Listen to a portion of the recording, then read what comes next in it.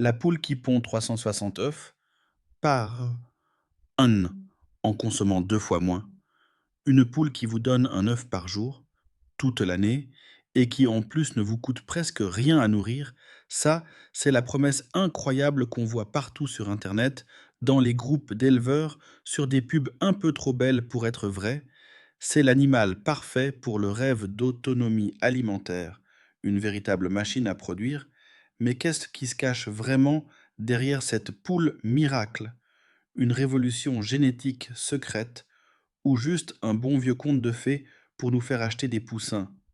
Dans cette vidéo, on va démêler le vrai du faux. On part sur les traces de cette poule aux performances folles, une enquête qui va nous mener des promesses publicitaires jusqu'au labo de génétique pour savoir si, oui ou non, cet oiseau existe. Et vous allez voir, la réponse est bien, si ta réponse est bien plus fascinante qu'un simple oui ou non. Pour bien comprendre, regardons la promesse droit dans les yeux. 360 œufs par an, c'est quasiment un œuf par jour, sans aucune pause. Et le deuxième argument est encore plus fou, elle mangerait 2 fois moins. Plus d'œufs, pour moins de dépenses, c'est le rêve absolu, que vous ayez 3 poules dans le jardin ou un élevage professionnel. Cette promesse est forte parce qu'elle s'appuie sur une chose qu'on sait tous, toutes les poules ne se valent pas. On connaît tous la fameuse poule rousse, la championne des jardins, qui nous donne déjà entre 250 et 300 œufs par an. Des races comme la Sussex, la Leghorn ou Lisa Brown sont à eux si connues pour leur productivité, dépassant facilement les 250 œufs annuels. Ces chiffres sont dingues quand on pense à leurs ancêtres sauvages, les coqs Bankiva, qui dans la nature pondent peut-être une quinzaine d'œufs par an, répartis en plusieurs petites couvées pour assurer leur descendance. Le travail des sélectionneurs, depuis des décennies, est remarquable. On est passé de 15 à 300 œufs. Alors, pourquoi pas 360? Après tout, ce n'est qu'un bond de 20% par rapport au meilleur. La promesse est juste assez folle pour qu'on la désire, et juste assez proche de la réalité pour qu'on y croie. Mais c'est là que notre enquête commence, parce qu'annoncer un chiffre record, c'est une chose, le prouver, c'en est une autre. Et quand on ajoute à l'équation une consommation de nourriture divisée par 2, le doute s'installe. C'est comme imaginer un athlète olympique qui bat des records du monde en mangeant 2 fois moins que ses concurrents. Ça défie un peu les lois de la biologie? Non. La question est donc simple. Cette poule de compétition avec un appétit d'oiseau existe-t-elle? Ou est-ce juste un argument marketing pour vendre des poussins à prix d'or? Pour le savoir, il va falloir plonger dans le monde secret et ultra compétitif de la sélection génétique aviaire. Pour trouver notre poule miracle, la première piste, c'est évidemment d'aller voir du côté des reines de la ponte, les poules hybrides.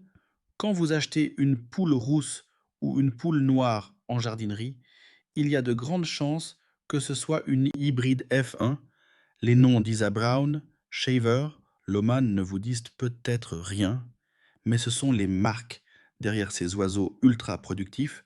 Une hybride, c'est le résultat d'un croisement très précis entre deux races pures, sélectionnées depuis des générations pour des qualités spécifiques.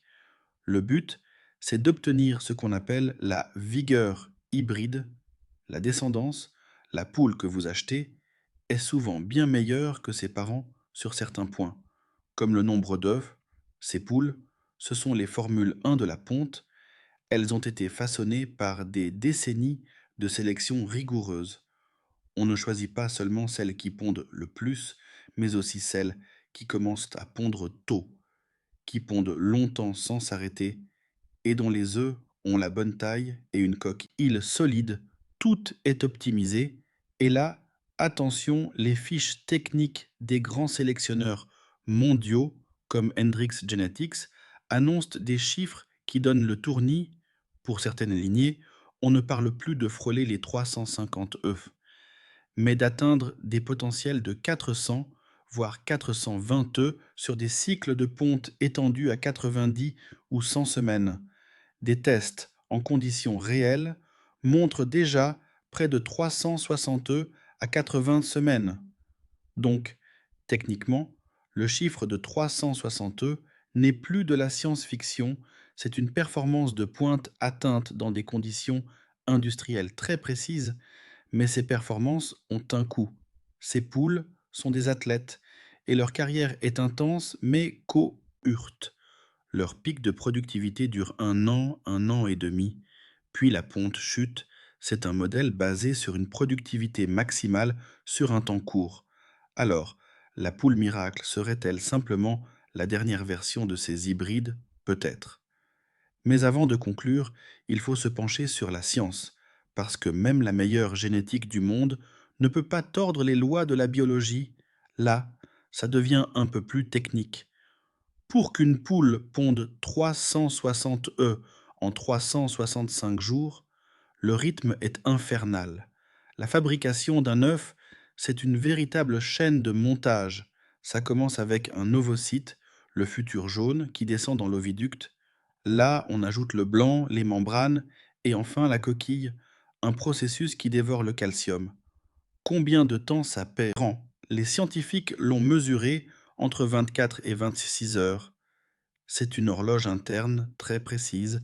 Le fait que ça prenne souvent plus de 24 heures explique pourquoi une poule pond chaque jour un peu plus tard, jusqu'au jour où elle saute une journée pour se recaler.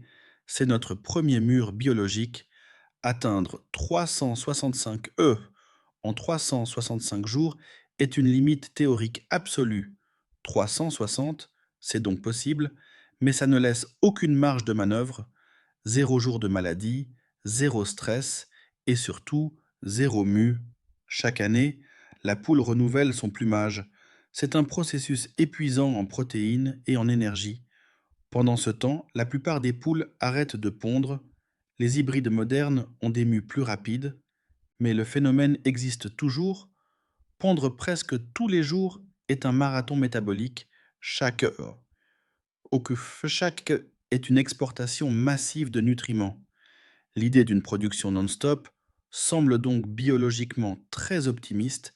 La génétique peut optimiser une usine, mais elle ne peut pas créer de l'énergie à partir de rien. Ce qui nous amène à la deuxième partie de la promesse, c'est ici que l'affirmation devient vraiment folle. Produire 20% d'œufs en plus en consommant 2 fois moins. Là, on passe du scepticisme à l'incrédulité. En biologie, les repas gratuits, ça n'existe pas. Une poule pondeuse standard mange entre 110 et 150 grammes d'aliments par jour. Ça varie selon sa taille, la température et bien sûr sa production. L'aliment, c'est la matière première de l'œuf. Un œuf de 60 grammes est un concentré de protéines, de vitamines et de calcium. Affirmer qu'elle consomme 2 fois moins, ça voudrait dire que notre poule miracle se contenterait de 60 à 70 grammes par jour pour sortir un œuf quasi quotidiennement. Les chiffres ne collent plus. Transformer 70 grammes de granulés en un œuf de 60 grammes, ce serait une efficacité de conversion proche de 90%, un score jamais vu dans le règne animal. En fait, les pros n'utilisent pas un terme aussi vague que consommation, ils ont un outil bien plus précis, l'indice de conversion alimentaire, ou FCR en anglais. Ça mesure combien de kilos d'aliments il faut pour produire un kilo d'œuf. Pour les meilleures pondeuses, un excellent indie se hête autour de 2. Il faut 2 kilos d'aliments pour faire un kilo d'œuf. Pour un œuf de 60 grammes, ça demande environ 120 grammes d'aliments, ce qui correspond pile à la consommation quotidienne observée. L'affirmation 2 fois moins de nourriture signifierait un indice de conversion de 1, c'est-à-dire 1 kilo d'aliments pour 1 kilo d'œuf. Même si la génétique a fait des progrès énormes sur l'efficacité, un tel bond relève de la science-fiction. Améliorer l'indice de quelques points demande des années de recherche. Le diviser par 2 d'un coup de baguette magique est tout simplement irréaliste. La science est claire. Pour produire plus, un animal a besoin de plus de carburant, pas moins. La vraie innovation, c'est de rendre les animaux plus efficaces pour transformer ce qu'ils mangent, mais la promesse de 2 fois moins dépasse l'optimisation. C'est un mythe.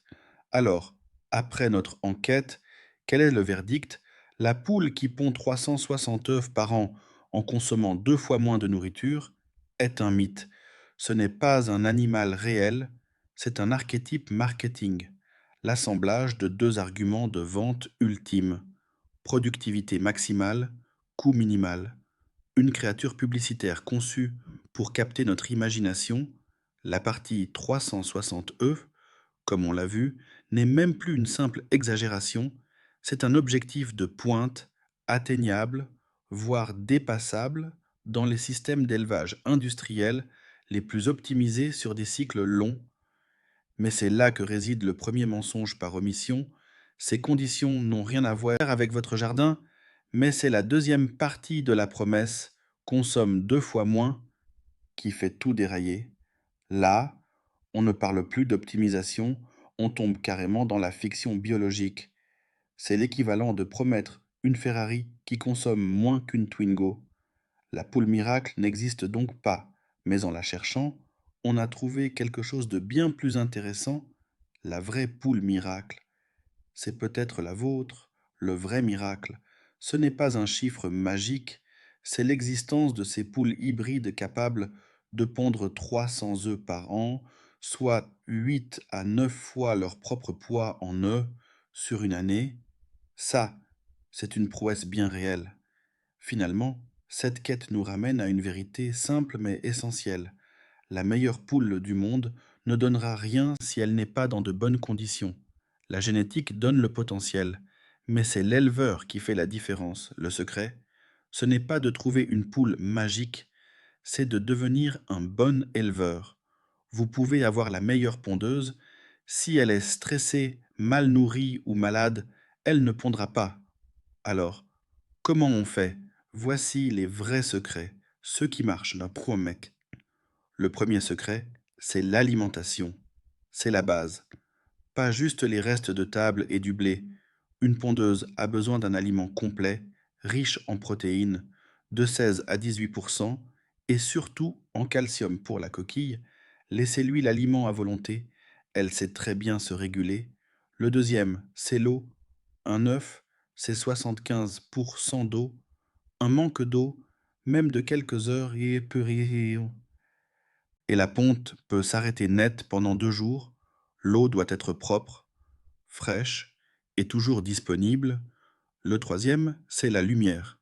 La ponte est stimulée par la lumière du jour. C'est pour ça qu'elle ralentissent en hiver. Les pros maintiennent 14 à 16 heures de lumière par jour, sans aller jusque-là. Un poulailler bien orienté qui capte la lumière du matin peut aider. Le quatrième, c'est le confort. Le stress est l'ennemi numéro un de la ponte. Un poulailler surpeuplé, sale, menacé par des prédateurs, et c'est la fin des œufs. Il leur faut un abri propre, sec, avec des perchoirs pour la nuit et des nids douillets et sombres pour être tranquille. Le cinquième, c'est la santé. Observez vos poules tous les jours. Une poule, une poule en forme est active, à la crête rouge et vive. Apprenez à repérer les parasites comme les poux ou les vers et agissez vite. Finalement, cette enquête nous apprend une chose: au lieu de chercher une poule miracle qu'on nous promet, le vrai pouvoir est entre nos mains. Le miracle, ce n'est pas un gène secret, c'est la synergie entre une bonne génétique et un bon élevage. La poule aux 360 œufs, c'est un idéal marketing, mais la poule aux 300 œufs, elle, est probablement déjà dans votre jardin. C'est à vous de lui donner les moyens de vous montrer ce dont elle est capable. Et maintenant, j'aimerais avoir votre avis. Oublions les mythes, parlons concret. Quelle est la race de poule la plus productive que vous ayez eue? Quelles sont vos astuces personnelles pour booster la ponte? Partagez votre expérience dans les commentaires. Elle est précieuse pour tout le monde. Si cette enquête vous a plu et que vous voulez d'autres vidéos qui démêlent le vrai du faux, pensez à laisser un pouce bleu, à partager et surtout à vous abonner. Merci d'avoir regardé et à très bientôt.